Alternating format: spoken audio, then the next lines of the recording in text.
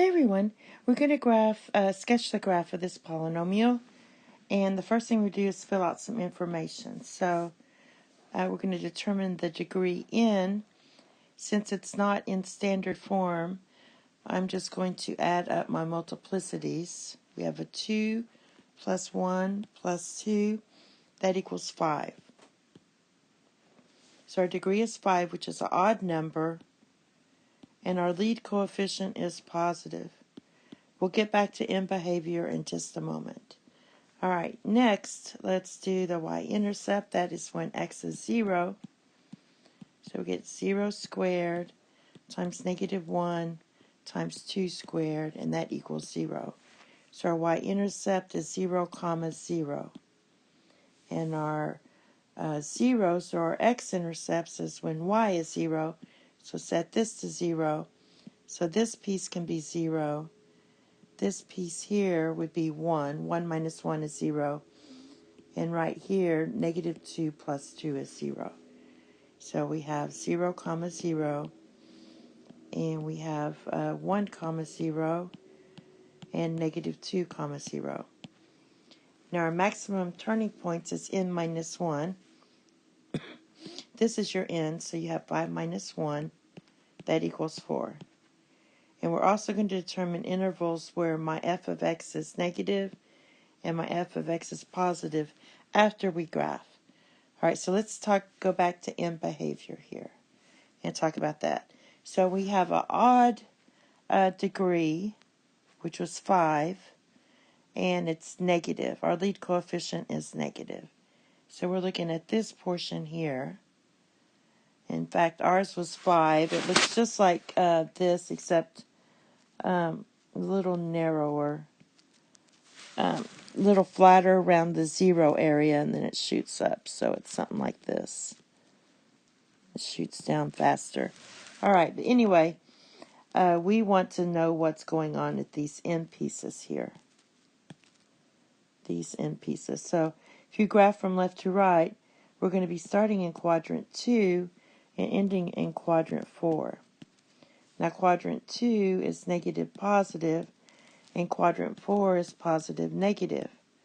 So if we look at this graph here and start at 0, as x values get larger and larger from 0, my y values get smaller and smaller. That means we're in quadrant 4, where x is positive and y is negative.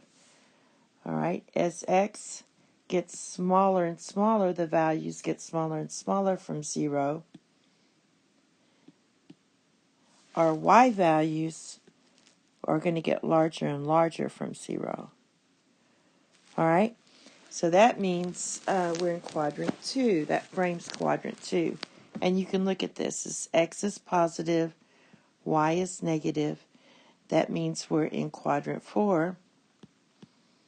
And as if x is negative and y is positive, that means we're in quadrant 2. Now we're going to graph this from left to right. And we're going to start in quadrant 2. So we're starting in here, ending here. Now I'm going to plug in my 0. So I have my y-intercept is 0. I have a 0 at 1 and at -2.